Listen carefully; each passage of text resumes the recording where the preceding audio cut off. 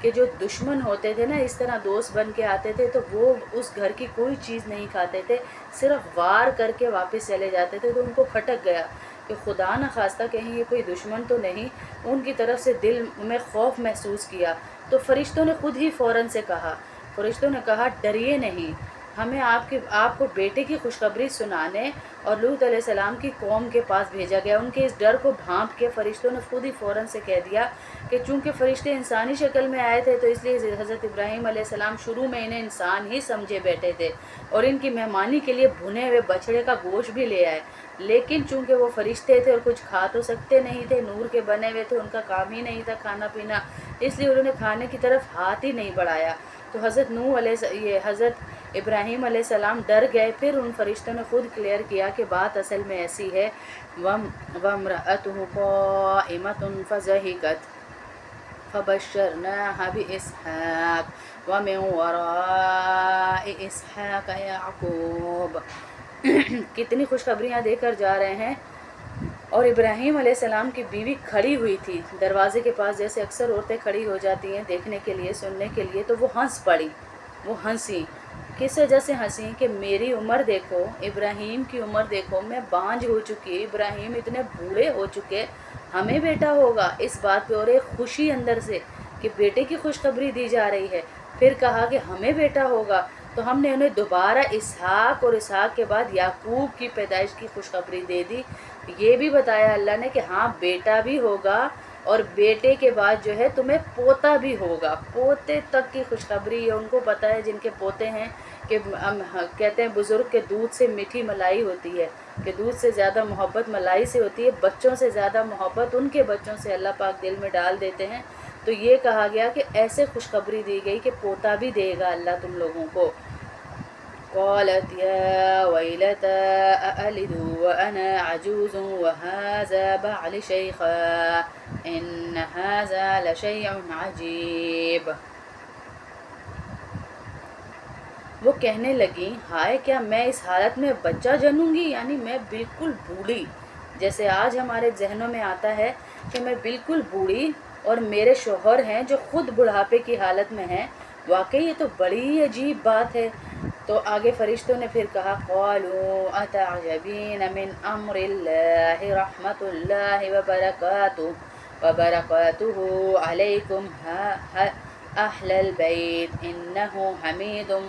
مجید۔ فرشتوں نے کہا کیا آپ اللہ کے حکم پر تعجب کر رہے ہیں، یعنی اللہ تو شروع ہی وہاں سے کرتا ہے جہاں سے ہماری سوچ ختم ہو جاتی ہے، تو اللہ کے حکم پہ تعجب کر رہی ہیں یہاں آپ جیسے مقدس گھرانے پر اللہ کی رحمت ہو اور برکتیں ہی برکتیں ہیں، بے شک وہ تعریف کا مستحق بڑی شان والا ہے۔ کہا گیا کہ وہ تعریف کا مستحق ہے، بڑی شان والا ہے، بہت عظمتوں والا ہے۔ اللہ کے بارے میں تعجب نہ کریں، وہ جب کسی چیز کا ارادہ کر لیتا ہے، کن کہتا ہے تو فیکن ہو جاتا ہے، وہ چیز ہو جاتی ہے۔ فَلَمَّا ذَهَبَ عَنْ إِبْرَاهِيمَ الرَّوْعُ وَجَاءَتْهُ الْبُشْرَىٰ يُجَادِلُنَا فِي قَوْمِ لُوط۔ پھر جب ابراہیم سے گھبراہٹ دور ہوئی، جب یہ باتیں ساری سنی تو حضرت ابراہیم علیہ السلام سے تھوڑی سی گھبراہٹ دور ہوئی اور ان کی خوشخبری مل گئی، تو انہوں نے ہم سے لوط کی قوم کے بارے میں ناز کے طور پہ جھگڑنا شروع کر دیا۔ یعنی ایک ناز ہوتا ہے، ایک نبی کو اپنے اوپر ہوتا ہے کہ میں قوم کے شاید اللہ سے بات کر لوں، حضرت لوط علیہ السلام کی قوم کو وہ چھوڑ دیں، وہ بخش دیں، وہ کوئی راستہ نکال دیں۔ پہلے حضرت لوط علیہ السلام کے بھتیجے تھے جو عراق میں ہی ان پر ایمان لا کر ان کے ساتھ وطن سے ہجرت میں ان کے ساتھ شریک تھے۔ بعد میں اللہ تعالیٰ ان کو بھی پیغمبر بنا کر صدوم کے شہر میں بھیجا۔ اس شہر کے لوگ شرک کے علاوہ، حضرت لوط علیہ السلام کی قوم کے لوگ شرک کے علاوہ ہم جنس پرستی کی خباثت میں 2 گناہ جمع ہوئے ہوئے تھے۔ ایک تو شرک کرتے تھے، دوسرا یہ ہومو سیکشولیٹی کے گناہ میں یہ لوگ مبتلا تھے۔ جب انہوں نے حضرت لوط علیہ السلام کی بات نہیں مانی تو اللہ تعالیٰ نے ان پر عذاب نازل کیا۔ عذاب نازل کرنے کے لیے ان فرشتوں کو بھیجا تھا۔ حضرت ابراہیم علیہ السلام کو یہ امید تھی کہ شاید یہ لوگ سنبھل جائیں، اس لیے وہ اللہ تعالیٰ سے فرمائش کرتے رہے۔ یعنی یہاں پہ جو کہا نا ناز سے اللہ سے بات کرنے لگے کہ جاؤ، فرشتوں کو کہا اپنے اللہ سے کہہ دو کہ معاف کر دیں ان کو، انہوں نے ناز کے انداز میں بار بار جس طرح عذاب کو مؤخر کرنے کی فرمائش کی، اس آیت میں اسی کے بارے میں ہے جس کو جھگڑا تھوڑا سا کہا کہ ایسے کہا چھوڑ دو یار کوئی بات نہیں، توبہ کر لیں گے، توبہ ہو جائے گی، لیکن انہوں نے توبہ نہیں کی۔ ان ابراہیم لحلیم اواہ منیب، حقیقت یہ ہے کہ ابراہیم علیہ السلام بڑے بردبار، اللہ کی یاد میں بڑی آہیں بھرنے والے اور ہر وقت ہم سے لو لگائے ہوئے تھے۔ اسی وجہ سے کہا بردباری کی وجہ سے اور بہت زیادہ اللہ کے قریب ہونے کی وجہ سے وہ ایسے گناہ والوں کی بھی معافی طلب کر رہے ہیں جنہوں نے حد ہی کر دی گناہ کی کہ اللہ کے بنائے ہوئے سارے احکامات کو توڑ کر، یعنی اللہ نے عورت کو بنایا شادی کے لیے، وہ مرد کر کے، عورتیں کر کے، جو آج تک یہ عذاب اللہ معاف کرے چلتے ہی آ رہا ہے۔ اور مغرب میں تو کچھ زیادہ ہی ہے، مغرب سے زیادہ اب یہاں پر بھی یہ گندگیاں نظر آنے لگ گئی ہیں۔ تو اللہ نے قرآن میں ہمیں 1400 صدیاں پہلے ہی بتا دیا یہ سارا، یا ابراہیم اعرض عن ھذا انہم قد جاء امر ربک وانہم آتیہم عذاب غیر مردود۔ ہم نے ان سے کہا ابراہیم اس بات کو جانے دو، یقین کر لو کہ تمہارے رب کا حکم آ چکا ہے اور ان لوگوں پر ایسا عذاب آ کر رہے گا جس کو کوئی پیچھے نہیں لوٹا سکتا۔ حضرت ابراہیم علیہ السلام کو اب وہ فرشتے سمجھانے لگے کہ دیکھو ہمارے روکنے سے کچھ نہیں ہوگا اور آپ کے دعا کرنے سے بھی کچھ نہیں ہوگا، کیونکہ اللہ نے ارادہ کر لیا ہے کہ انہوں نے جو خبیث جرم اپنے اندر جمع کیا ہوا ہے، حضرت لوط علیہ السلام کی قوم نے، ان کے اوپر عذاب آئے گا ہی آئے گا، کیونکہ ہمیں بھیجا ہی اس لیے گیا ہے۔ آگے ان کی گندگی کی حد ہو گئی کہ یہ فرشتے آئے ہیں تو ان کے ساتھ بھی وہ یہی حرکتیں کرنا شروع ہو گئے۔ آگے کہا وَلَمَّا جَاءَتْ رُسُلُنَا لُوطًا سِيءَ بِهِمْ وَضَاقَ بِهِمْ ذَرْعًا وَقَالَ هَٰذَا يَوْمٌ عَصِيبٌ۔ اور جب ہمارے فرشتے لوط کے پاس پہنچے اور ان کی وجہ سے گھبرائے، ان کا دل پریشان ہوا اور وہ کہنے لگے کہ آج کا دن بڑا کٹھن ہے۔ حضرت ابراہیم کہنے لگے ہائے آج کا دن تو بڑا کٹھن ہے، بہت برا دن ہے، کیونکہ یہ تو بہت بڑا گناہ ہے جو میری قوم کر رہی تھی، جو لوط علیہ السلام کی قوم کر رہی تھی۔ اس گناہ پہ اب ان کی جو پکڑ ہے وہ ہونے والی ہے۔ حضرت لوط علیہ السلام کے پاس جب یہ فرشتے پہنچے تو وہ بھانپ گئے، وہ بھی سمجھ گئے کہ اب جو ہے ہمارا چھٹکارا ہماری نسل کا کوئی نہیں، میری قوم کا، کیونکہ اللہ کا عذاب اب سر تک آ پہنچا ہے۔ اس فکرے میں اس کی بڑی بلیغ الفاظ میں تعریف فرمائی گئی فرشتے۔ دوسری طرف وہ اپنی قوم کی بدفطرت بے حیائی سے واقف تھے۔ بدفطرت یعنی فطرت بنائی گئی کہ مرد عورت سے شادی کرے اسی سے نسل چلے گی، لیکن یہ گندگی آج تک چلتی آ رہی ہے، اسی کو کہا بدفطرت یعنی فطرت کے خلاف جانا۔ اور اب تو حد ہو گئی ہے کہ ٹاک شوز میں بھی ہم بٹھا کر ان چیزوں کے اوپر ڈسکشن کر رہے ہیں کہ کس کی جرت ہے کہ جو ہمیں ہومو سیکشولیٹی سے منع کریں یا یہ گندی تعلقات رکھنے سے منع کرے۔ پاکستان میں کتنے واقعات ایسے آئے ہیں جن میں بھائی نے بہن سے، بہن نے بھائی سے اور لڑکے نے لڑکے سے، لڑکی نے لڑکے سے شادی کر لی ہے، کتنے واقعات۔ پھر ہم کہتے ہیں کہ اللہ کا عذاب کیوں ہمارے اوپر آ رہا ہے؟ اللہ کا عذاب اسی لیے آ رہا ہے کہ ہم نہ اسکولوں میں بچے چھوٹے ہمارے محفوظ ہیں، نہ مدارس میں محفوظ ہیں، نہ کہیں پر، حالانکہ وہی لوگ جو پڑھے ہوئے قرآن، جن کو پتہ ہے قرآن میں اس کے اوپر لعنت ہے، وہی یہ کر رہے ہیں۔ تو اللہ اسی لیے بتا رہا ہے عذاب بھی یاد رکھا کرو، سب چیزوں کا عذاب بھی یاد رکھو کہ عذاب کیا ہے۔ وَجَاءَ قَوْمُهُ يُهْرَعُونَ إِلَيْهِ وَمِن قَبْلُ كَانُوا يَعْمَلُونَ السَّيِّئَاتِ قَالَ يَا قَوْمِ هَٰؤُلَاءِ بَنَاتِي هُنَّ أَطْهَرُ لَكُمْ فَاتَّقُوا اللَّهَ وَلَا تُخْزُونِ فِي ضَيْفِي أَلَيْسَ مِنكُمْ رَجُلٌ رَّشِيدٌ۔ اور ان کی قوم کے لوگ ان کے پاس دوڑتے ہوئے آئے اور اس سے پہلے وہ برے کام کیا ہی کرتے تھے۔ لوط علیہ السلام نے کہا اے میری قوم کے لوگوں، یہ میری بیٹیاں موجود ہیں، یہ تمہارے لیے کہیں زیادہ پاکیزہ ہیں، اس لیے اللہ سے ڈرو اور میرے مہمانوں کے معاملے میں مجھے رسوا نہ کرو۔ کون سے مہمان؟ فرشتے جو آئے ہوئے ہیں، ان کے ساتھ یہ غلط کام کرنے کے لیے آئے، کیونکہ انتہائی خوبصورت شکل میں اللہ رب العزت نے ان فرشتوں کو بھیجا تھا، تو ان کو ایک عادت تھی گندگی کی، تو انہوں نے ان کو دیکھا تو ان کے اوپر بھی یوں ہی اٹیمپٹ کرنے لگے جیسے مچھلی والے تھے نا کہ مچھلی کے ہفتے والے دن اللہ رب العزت نے منع کیا تو آزمائش کے لیے ہفتے والے دن ہی مچھلیاں زیادہ ابلتی تھی اس تالاب میں، اسی طرح ان کے اوپر جب عذاب آنے لگا آخری حجت کے طور پہ، اب انہوں نے فرشتوں کو دیکھ کر بھی وہ حرکت کرنے کی کوشش کی، تو یہ کہا جا رہا ہے ان کی طرف سے، نبی کی طرف سے، کہ اے میری قوم یہ عذاب نہ اپنے اوپر لو، میرے مہمان ہیں یہ، ڈرو اللہ رب العزت سے کہ کہیں تمہارے اوپر اللہ اس سے بڑا عذاب نہ بھیج دے۔ کیا تم میں کوئی ایک بھی بھلا آدمی ہے، کہ تم میں کوئی ایک بھی ایسا ہے جو پیچھے ہٹ جائے، تم لوگوں کو پیچھے ہٹا لے، سارے کے سارے گناہوں کی طرف آ گئے ہو، سارے ہی اللہ کے عذاب کو دعوت دینے لگ گئے ہو۔ قالوا لقد علمت ما لنا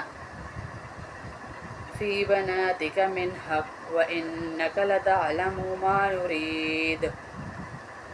کہنے لگے تمہیں معلوم ہے کہ تمہاری بیٹیوں سے ہمیں کچھ مطلب نہیں، اور تم خوب جانتے ہو کہ ہم کیا چاہتے ہیں، کہ ہم کون سا گندا عمل کرنا چاہتے ہیں۔ وہ ان کو کہنے لگے تم جانتے ہو ہم نے نہ تمہاری بیٹیوں سے شادیاں کرنی، نہ رشتے لینے، نہ وہ تعلق بنانا، ہمیں لڑکوں کی لت پڑی ہوئی ہے، تو ہمیں یہ فرشتے ہیں، انہیں نہیں پتا تھا یہ فرشتے ہیں، وہ بار بار کہہ رہے تھے میرے مہمان میرے مہمان، لیکن وہ کہہ رہے تھے کہ یہ لڑکے ہمارے حوالے کر دو، ہمیں ان کی ضرورت ہے۔ قال لو ان لی بکم قوۃ او آوی الی رکن شدید، لوط علیہ السلام نے کہا کاش میرے پاس تمہارے مقابلے میں کوئی طاقت ہوتی، یا میں کسی مضبوط سہارے کی پناہ لے سکتا۔ صدوم کی اس بستی میں حضرت لوط علیہ السلام کے خاندان یا قبیلے کا کوئی آدمی نہیں تھا، وہ تو عراق کے باشندے تھے اور اس قوم کی طرف پیغمبر بنا کر بھیجے گئے تھے۔ صدوم کے لوگوں کو بھی ان کی قوم بھی قرآن کریم نے اس معنی میں کہا ہے کہ وہ ان کی امت تھے جن کی طرف ان کو پیغمبر بنا کر بھیجا گیا تھا۔ اس موقع پر انہوں نے انتہائی بے چارگی محسوس کی کہ اگر میرے خاندان کا کوئی فرد میرے پاس ہوتا، چاہے خاندان والے وہی بات آ جاتی ہے، جیسے بھی ہوں، جتنے بھی برے ہوں، لیکن ایک خونی رشتہ ہوتا ہے، بہرحال ان کے ساتھ ایک تعلق ہوتا ہے، دل انہی کی طرف کھنچتا ہے، اللہ 100 رشتے اور دے دے، 100 عزتیں دے دے، لیکن تعلق انہی کی طرف کھنچتا رہتا ہے۔ اللہ رب العزت ہمارے سب کی حفاظتیں فرمائے۔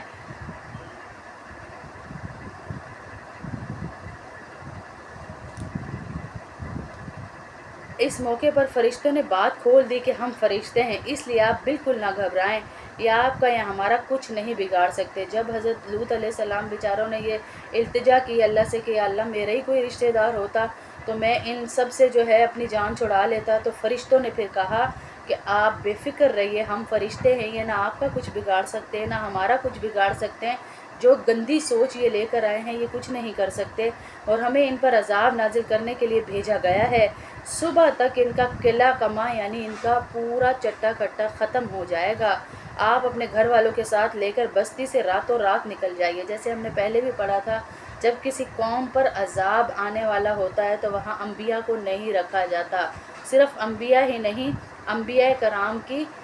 ساتھ جو ایمان لے آتے ہیں اللہ پر، ان کو بھی نکال دیا جاتا ہے، تب اس قوم پر عذاب آتا ہے تاکہ اس عذاب سے محفوظ رہیں۔ اللہ رب العزت نے کہا ہے یہاں سے نکل جاؤ ان فرشتوں کے ذریعے، اب اس قوم پر عذاب آنے والا ہے۔ البتہ حضرت لوط علیہ السلام کی بیوی کافر تھی اور اپنی قوم کی بدعمالیوں میں ان کا ساتھ دیا کرتی تھی، بیوی بھی عورت بھی دیکھ لیں شامل تھی اس کام میں، اس لیے حکم ہوا کہ آپ کے ساتھ نہیں جائے گی بلکہ دوسروں کے ساتھ بھی عذاب کا شکار ہوگی، ان سب کے ساتھ اس کو بھی عذاب ملے گا۔ پیچھے ہم نے پڑھا حضرت ہود علیہ السلام کی بیوی اور بیٹا بھی ایسے ہی غرق ہوئے، یہاں پر بھی یہ صاف صاف بات واضح ہو رہی ہے کہ اعمال کی قیمت ہے، نسبت کی قیمت نہیں ہے۔ خاندان اگر ایک بہت نیک ہے تو تمہیں وہ نسبت بخشوا لے گی، ایسا کچھ نہیں ہو سکتا جب تک اپنا تعلق اللہ کے ساتھ مضبوط نہ ہو۔ ہاں نیک لوگوں سے جو تعلقات ہیں وہ دعا ضرور کریں گے، لیکن اتنے بڑے بڑے کفر پہ دعائیں بھی قبول نہیں ہوتی، یہ تو کفر کر رہے تھے، یہ تو اللہ کی کھلی آیات کو جھٹلا رہے تھے۔ قالوا يا لوط إنا رسل ربك لن يصلوا إليك فأسر بأهلك بقطع من الليل ولا يلتفت منكم أحد إلا امرأتك إنه مصيبها ما أصابهم إن موعدهم الصبح أليس الصبح بقريب۔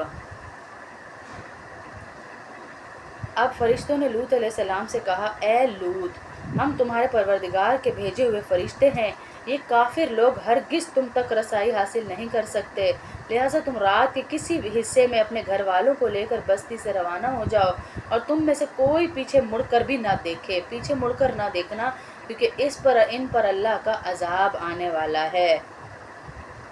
ہاں، مگر تمہاری بیوی تمہارے ساتھ نہیں جائے گی، اس پر بھی وہی مصیبت آنے والی ہے جو اور لوگوں پر آ رہی ہے۔ یقین رکھو کہ ان پر عذاب نازل کرنے کے لیے صبح کا وقت مقرر ہے۔ کیا صبح بالکل نزدیک نہیں آ گئی ہے؟ یعنی کتنی دیر رہ گئی ہے جو یہ ابھی بھی توبہ نہیں کر رہے۔ اب عذاب کی تیاریاں ہو چکی، نشاندہی ہو چکی، بتا دیا گیا، وقت مقرر کر دیا گیا، کہ پھر بھی اسی گناہ میں مبتلا ہیں۔ فَلَمَّا جَاءَ أَمْرُنَا جَعَلْنَا عَالِيَهَا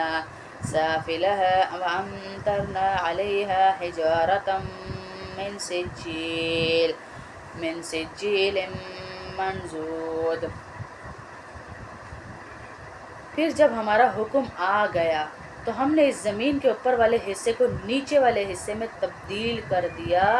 استغفر اللہ استغفر اللہ، اور ان پر پکی مٹی کی تہ بر تہ پتھر برسا دیے۔ پکی مٹی یعنی کسی کنکر نہیں تھی، چھوٹی سی پکی ہوئی مٹی کے پتھر تھے جو ان کو لگتے تھے۔ اللہ کا ایسا عذاب آیا کہ جیسے یوں پلٹ دیتے نا زمین کو، نیچے والا حصہ اوپر اور اوپر والا نیچے، ایسے اللہ کہہ رہے ہم نے زمین کو پلٹا دیا۔ یہ کل 4 بستیاں تھیں، احادیث روایات میں آیا ہے، جن میں یہ بدکماش لوگ بستے تھے۔ ان ساری بستیوں کو فرشتوں نے جوں کا توں اوپر اٹھا کر زمین پر اوندا پٹک دیا، کیونکہ اللہ ہر چیز پر قادر ہے۔ یہ ہومو سیکشولیٹی کے نعرے لگانے والے، یہ مرد مرد عورت عورت کے جنسی تعلقات رکھنے والے، اللہ کے اس عذاب کو دیکھ لیں۔ آپ 8 اکتوبر کا اگر دیکھتی یہ اسلام آباد کا زلزلہ، تو اسلام آباد لگ ہی نہیں رہا تھا، ایسے لگ رہا تھا کہ قیامت صغریٰ جیسے برپا ہو گئی۔ اللہ معاف کرے، ادھر سے کشمیر، ادھر سے مری، ادھر سے مالاکنڈ، ادھر سے اسلام آباد، زمینیں یوں پھٹی ہوئی تھی کہ پتہ ہی نہیں چل رہا تھا کہ یہ وہی دنیا ہے جہاں پہ لوگ چلا پھرا کرتے تھے۔ اتنا برا حال پورے پاکستان کا ہو چکا تھا، خاص طور پہ ناردرن ایریاز کا۔ یہی عذاب ادھر بھی آیا، ہم نے آنکھوں سے دیکھا جب ہماری وہاں پر تھے کہ کتنا عذاب اللہ رب العزت نے وہاں دیا۔ اس وقت میری منگنی ہوئی تھی جب یہ عذاب آیا، تو تصویریں موویاں سارے بنا کر بھیج رہے تھے کہ اتنا برا، کیونکہ وہاں کے لوگوں کو خبر ہی نہیں تھی کہ یہ اللہ کا عذاب ہے، بس وہ یہی کہہ رہے تھے ریکور کر لیں گے، فوراً چندے مانگنا شروع کر دیے، فوراً سے لوگوں کے آگے ہاتھ پھیلا لیے کہ ہماری مدد کی جائے، ہماری مدد جس سے مانگنی چاہیے تھی اس سے مدد نہیں مانگی۔ اس کے بعد جتنی گندگی اسلام آباد میں آئی، کشمیر کی ساری عورتیں یہاں بس گئیں، اور جتنی گندگی یہاں آنی تھی وہ ساری کی ساری گندگی اسلام آباد میں آج تک بسی ہوئی ہے۔ تو یہ اسی کے عذاب کا اللہ رب العزت یہاں پہ تذکرہ کر رہے ہیں کہ بچ جاؤ، ابھی بھی تمہیں بار بار سنایا اسی لیے جا رہا ہے کہ بچ جاؤ۔ مُصَوَّمَةً عِندَ رَبِّكَ وَمَا هِيَ مِنَ الظَّالِمِينَ بِبَعِيدٍ، جن پر تمہارے رب کی طرف سے نشان لگے ہوئے تھے۔ کون سے نشان لگے ہوئے تھے؟ پتھروں کے بارے میں کہہ رہے ہیں، اور یہ بستی مکہ کے ان ظالموں سے کچھ دور نہیں تھے۔ کتنے نشان لگے ہوئے تھے، اتنی نشاندہی اللہ نے کی تھی، اتنا غصہ تھا اللہ کو ان لوگوں پر کہ ایک ایک پتھر کے اوپر اس بندے کا نام لکھا ہوا تھا جو یہ حرکت کرتا تھا، جو ان گندی حرکتوں